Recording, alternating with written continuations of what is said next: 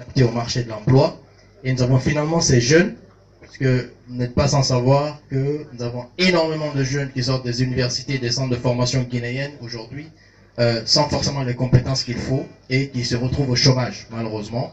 Donc, nous avons, en tant que bailleur de fonds dans le développement, nous avons une mission de s'assurer que ce secteur, qu'il y ait une chaîne de valeur au niveau de la formation pour que l'emploi soit garanti à la fin de la journée.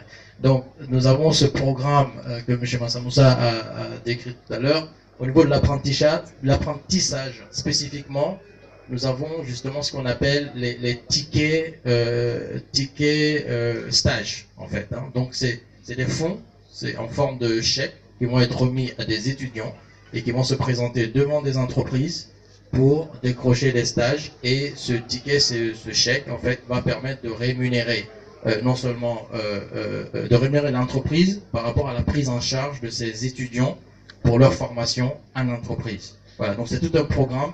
Et comme M. Sidibé l'a mentionné, c'est pas un programme qui est un monopole de la Banque mondiale.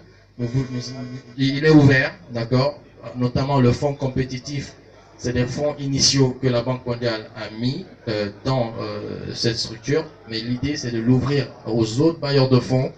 C'est comme un programme pilote là. Hein. Les 20 millions de dollars, c'est un programme pilote. La Guinée a besoin de beaucoup plus que ça. Donc nous avons les entreprises qui sont invitées à participer au fonds compétitif et nous avons les autres bailleurs de fonds aussi qui sont invités et le gouvernement guinéen d'ailleurs. Donc la structure du fonds a été mise en place de telle sorte qu'elle puisse recevoir des participations au-delà du gouvernement guinéen et au-delà de la Banque mondiale. C'est un peu l'idée du fonds SIDA qui avait été mis en place à l'époque.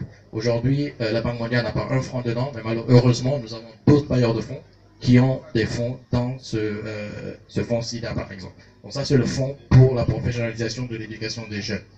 Donc voilà, donc vous pouvez avoir plus de détails sur le site de la banque et du gouvernement aussi, et si besoin est, M. Mansa Moussa Sidibé aussi est là pour représenter le projet. Voilà. Donc,